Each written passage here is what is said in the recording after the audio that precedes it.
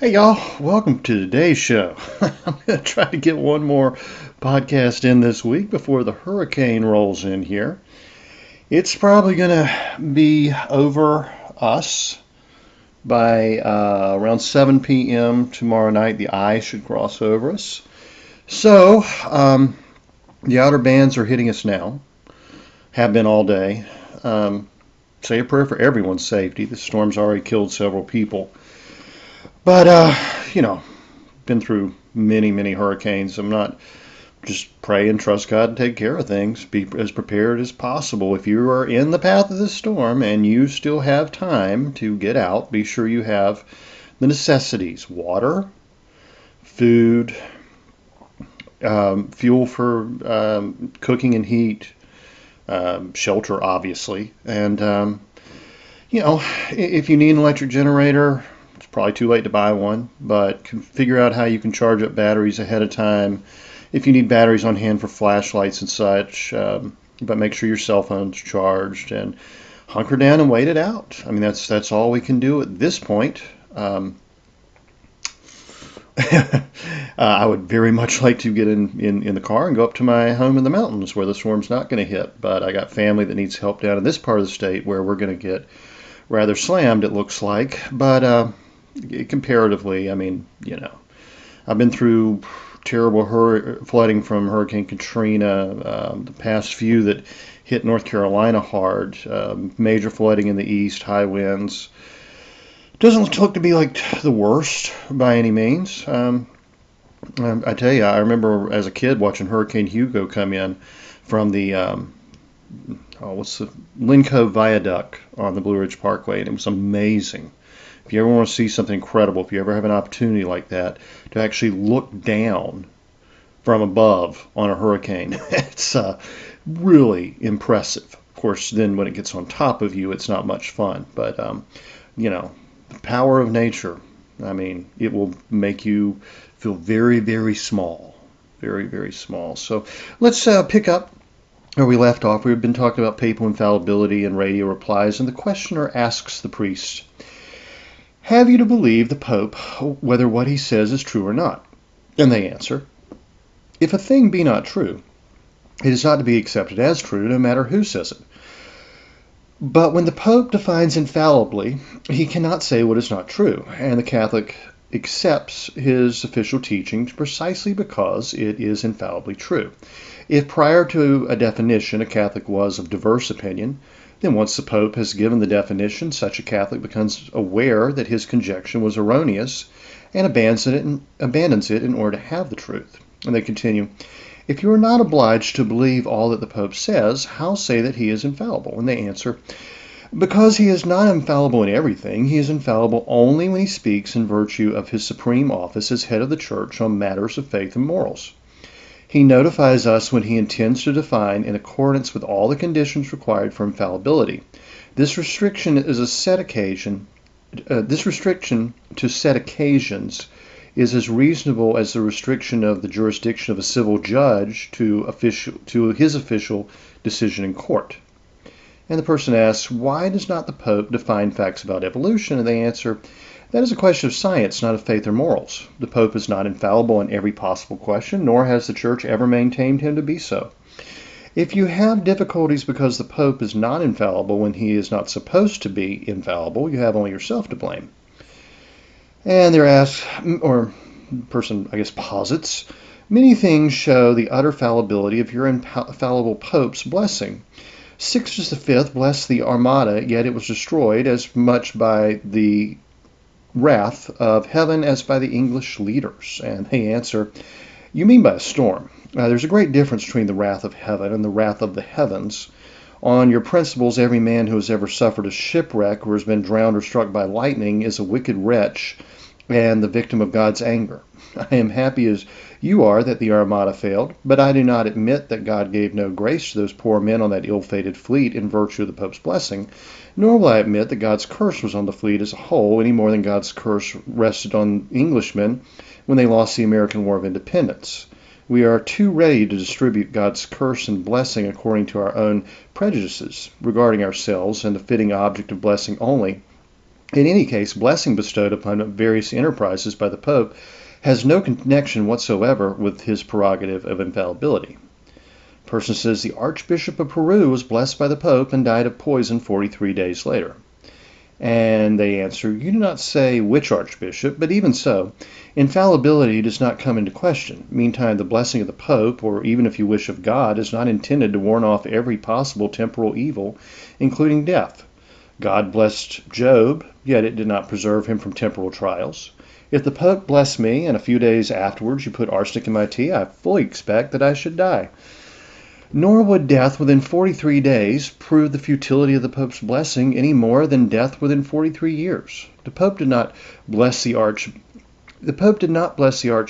if your facts be true, in order that poison would have no effect upon him.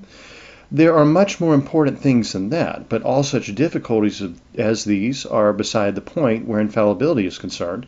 First, find out what the Catholic Church teaches concerning infallibility, noting the limits to which her claim is confined, and then restrict your examination to the question of those limits. All right. We'll now get into the third precept or commandment of the Church. And this, of course, coming from Father Sparago's exhaustive catechism of the Catholic Church. And that is, well, actually, this will be the third and fourth. In the third and fourth commandment of the Church, enjoins upon us the duty of approaching the Sacrament of Penance and receiving Holy Communion at Easter. Holy Communion ought to be received often, because it is the food of the soul. That soul will be starved, which for a long time does not receive nourishment. Our Lord says, except you eat the flesh of the Son of Man and drink his blood, you shall have no life in you. John 6:54. The early Christians used originally to receive Holy Communion every day. Later on, only on three great feasts, Christmas, Easter, and Pentecost. And when in the Middle Ages the fervor of many grew cold, the Council of Lateran in 1215 ordained that all Christians who were capable of distinguishing good from evil were obliged to confess their sins at least once a year, and at Easter, at least, devoutly to receive the sacrament of the altar. The Council of Trent expresses the wish that the confession also be made at Easter, for it says throughout the whole Church, the salutary custom prevails of making confession of sin during the holy and most suitable season of Lent, a custom which the Church approves and accepts as pious and most certainly to be retained. Holy Communion should be preceded by confession, lest any man should approach Holy Communion in a state of mortal sin. The Easter Communion is no exception to this rule. The obligation of the Easter precept is not fulfilled by a sacrilegious communion, nor by an invalid confession. Although the Church only requires every Christian to confess his sins once a year, yet it need hardly be said that if any man has the misfortune to fall into mortal sin, he should go to confession without delay. The time for fulfilling the Easter precept was formerly only 2 weeks, from Palm Sunday to Low Sunday. It is now extended in most all dioceses from the first Sunday of Lent to Low Sunday, sometimes even to Trinity Sunday. It is fitting that we should receive Holy Communion at Easter, because it was just before Easter Day, on Holy Thursday, that our Lord instituted the Adorable Sacrament of the altar. At Easter, Christ also rose from the dead. If we make a really good confession, we in a spiritual sense also rise from the dead. For the soul which is in mortal sin is spiritually dead. Through the Sacrament of Penance, it receives the Holy Spirit again, and spiritual life is again restored to it. At the grave of the risen Redeemer, the angel said to the woman, "Why seek you the living with the dead? He is not here, he is risen." Would that our guardian angel could say the same of us when the devil, after Easter, thinks to find us still sleeping in the sepulchre of sin. You seek the living with the dead, the converted with the sinners. He is not here. As Christ is risen from the dead, so we may also walk in newness. Romans 6:4. The Church allows Catholics to make their Easter confession elsewhere than in their parish church. The Church is aware that some find it easier to disclose the wounds of their soul to a stranger, and she permits this in order to prevent such persons from approaching the sacraments unworthily. Formerly, everyone was bound to go to his parish priest as a mark of respect.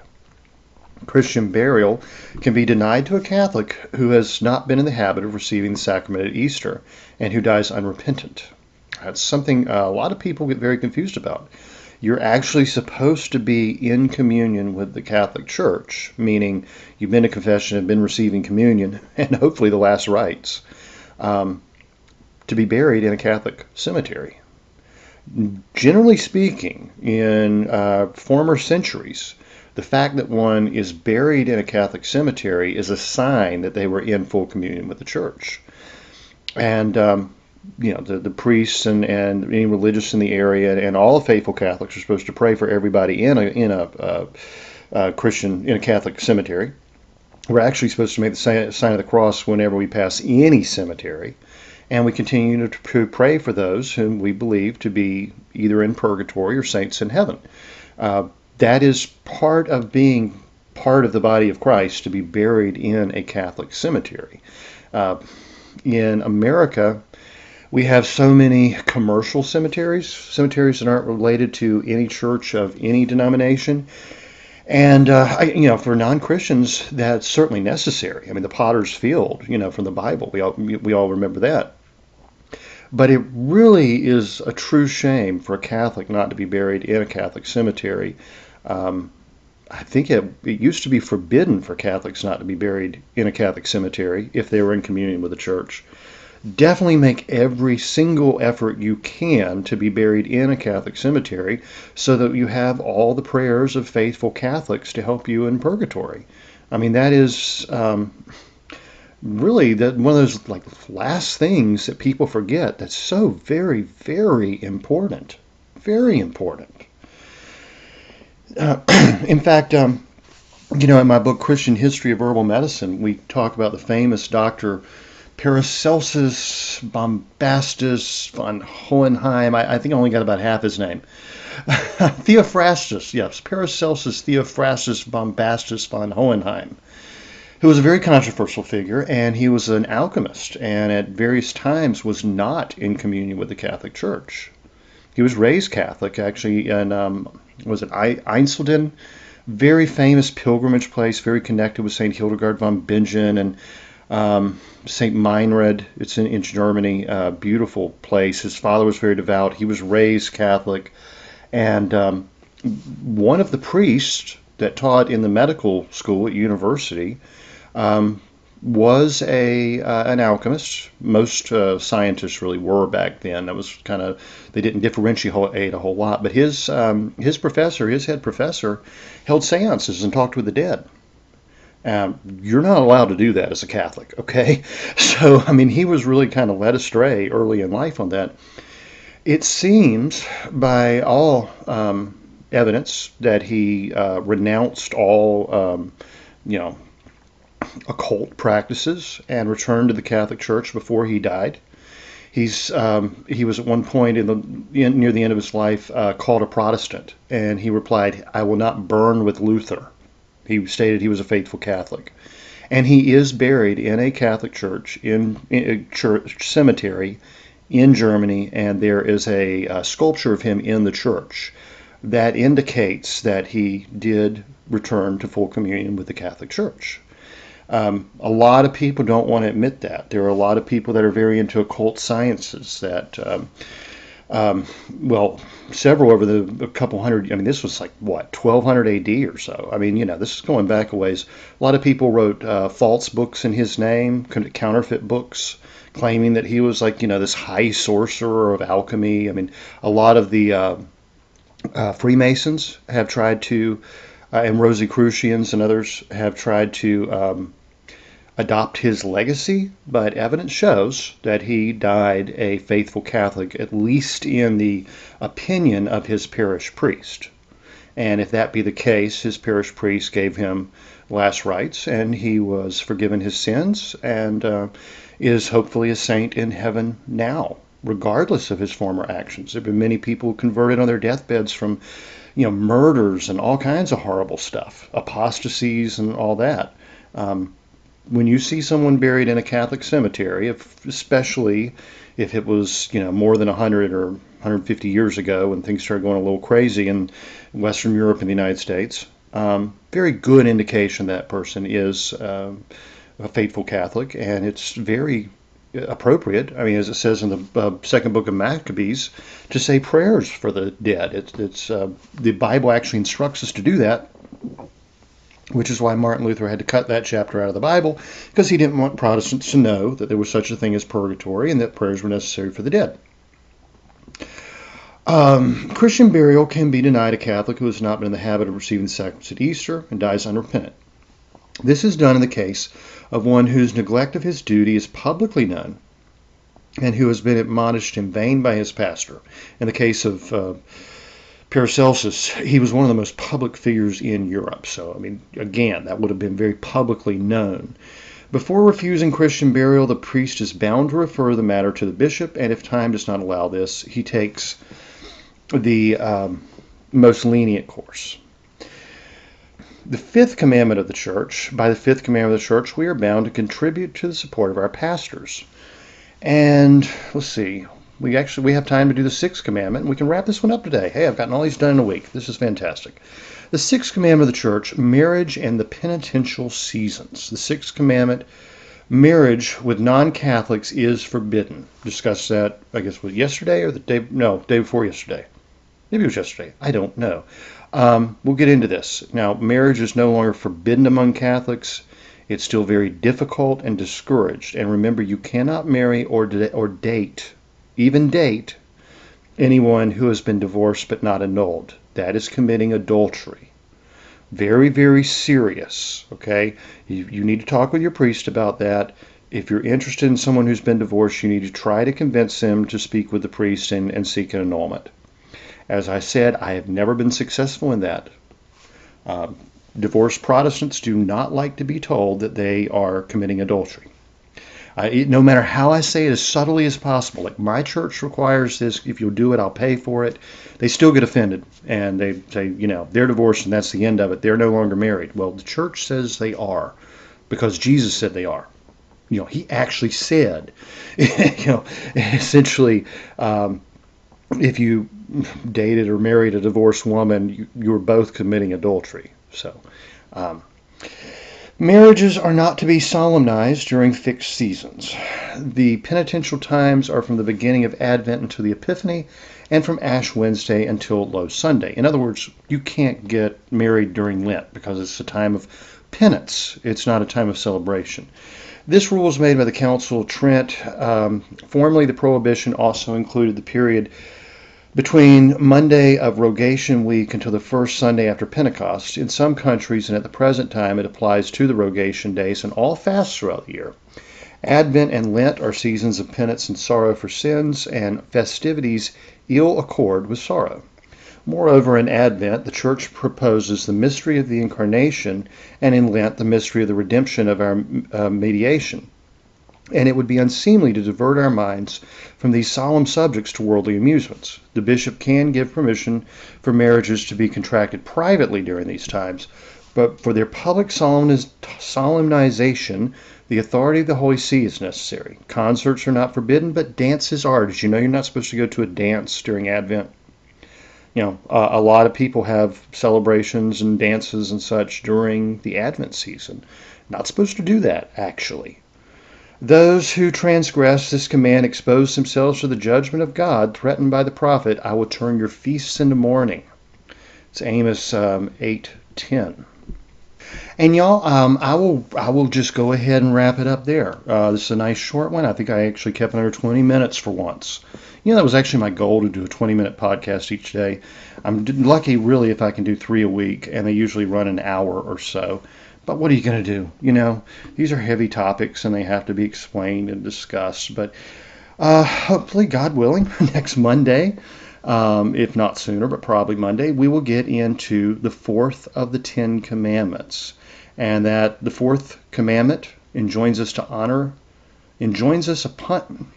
In the fourth commandment, God enjoins upon us to honor his representatives on earth, that is to say, our parents, and both the ecclesiastical and secular authorities. So there's a lot more to it than just honor thy father and thy mother. It's actually really been misrepresented, especially in modern America, our so-called democracy that was founded as a republic. But anyway, we will get into that. Um, and I think, yeah, you're going to find it really interesting. Probably talk a little bit about the influence of the Masonic Order in the overthrow of governments. They have two stated goals: overthrow all monarchies and especially the Catholic Church. So the influence of the Masons, who pretty much founded America, except for my ancestor Charles Carroll, the only Catholic, um, very similar to the motives of the ones who started the French Revolution, which was really the first communist revolution. All of it saying throw off all authority. At least in America, they said we have no king but God because they were Protestant. Obviously, in France, they were not religious at all. They did their best to stamp out religion. Uh, they were misrepresenting and ignoring the Ten Commandments. So this is going to turn on its head a lot of stuff that you probably learned in school. And it's a little uncomfortable to talk about some of these topics, but they do need to be investigated. The first rebel was Satan. Saul Alinsky, Hillary Clinton's mentor, wrote in his book Rules for Radicals that he dedicated the book to Satan, the first rebel, right? When Martin Luther said he'd no longer accept the authority of the Pope and the bishops and tried to destroy the priesthood. Again, all that is prohibited by the fourth of the Ten Commandments. So we're going to get into that. Y'all do stay safe. One tip I learned growing up, both in, spent half my childhood in the mountains and half on the coast, whether it's a hurricane coming in or an ice storm, and you think you might be without power for several days, I'll give you a couple of tips here. First of all, if you haven't already, go get a couple of gallons of milk, put them in the freezer, freeze them hard, and if the power goes out, and you can do this with a couple of gallons of water as well, just regular old milk gallon sized jugs, right? They won't split. They freeze, they expand, they'll be fine. Let them freeze hard. It takes about 24 hours to jump on it. If the power goes out, take them and put them in the refrigerator. They will stay frozen for about 48 to 72 hours if you leave the door shut. And they will keep everything in the refrigerator cold. You can actually keep everything in the refrigerator cold for about 4 or 5 days if you have those solid blocks of ice slowly melting in there. And of course, you start to drink the cold milk and such after it thaws. Shake it up, redistribute the fats in the milk, and it'll be just fine. Keep your refrigerator door closed as much as possible. Go ahead and take out anything that's perishable. Meat, vegetables, anything that would go bad. Cheeses, even. And make a big pot of soup. Yes, cheese and soup is actually really good. But, get some onions, garlic if you like. I always do garlic and onions, celery, peppers, carrots, anything. Chop them up, put them in a pot with some butter. Go ahead and use your butter if you've got it. If not, use some oil, bacon grease. If you have bacon, go ahead and fry it up. Use that fat to cook with as well as the bacon. Pull the bacon out, chop it up, put it back in the soup when you're ready. Put all the meat and veggies in there. Anything that's you think would go bad if it sat in a 60-degree refrigerator for 3 or 4 days. Those cold ice blocks are probably going to keep it more around 50 after about 3 days. But go ahead and make a big pot of soup. And then if the power goes out, all you need to do each day is bring it to a simmer to keep it from spoiling. You can do that on a little charcoal grill. Put it somewhere where it's not going to catch fire, out of the weather. You can absolutely bring a pot of soup to a boil on a charcoal grill. You can use a gas grill. You can use your gas fireplace. You can use wood in the fireplace. You can use anything that you would normally use in the winter for heat to cook. If it's, fire. Obviously not if it's an electric heater or something. That is, you can use sterno. Sterno is really easy. You can probably still get that at the grocery store shelves. A really interesting tip is to take a can of tuna in oil. Take a can opener and just put a few holes in the top. Stick a wick down in the center and light it, and the oil will actually burn. You can use that as a stove to bring a pot of soup to a boil. Make some hot coffee, and then eat the tuna, fully cooked, nice and warm. Scramble up the tuna with some eggs, whatever you want to do. But that pot of soup and frozen milk jugs is really a tip that can extend and get you through a few days without electricity. So in the words of St. Padre Pio, pray, hope, and don't worry. And I'll talk to y'all next week. God willing and the creek don't rise, as Hank Williams used to say. And that's Hank Sr., by the way. Not a big fan of Hank Jr., but I love Hank Sr. He was one of the greatest of all time. And Hank Jr. did some decent stuff, a few good songs, especially early on. And his grandson, Hank Williams III, he's fantastic. Kind of a crazy, kind of punk rock guy out where the buses don't run, but really good. So if y'all never got into Hank Williams, make a point of it. Hank Williams and Lefty Frizzell were just amazing. Ray Price, Farron Young, some of the Marty Robbins. I mean, these guys, singers like you wouldn't believe. Seriously, just phenomenal. Great songwriters.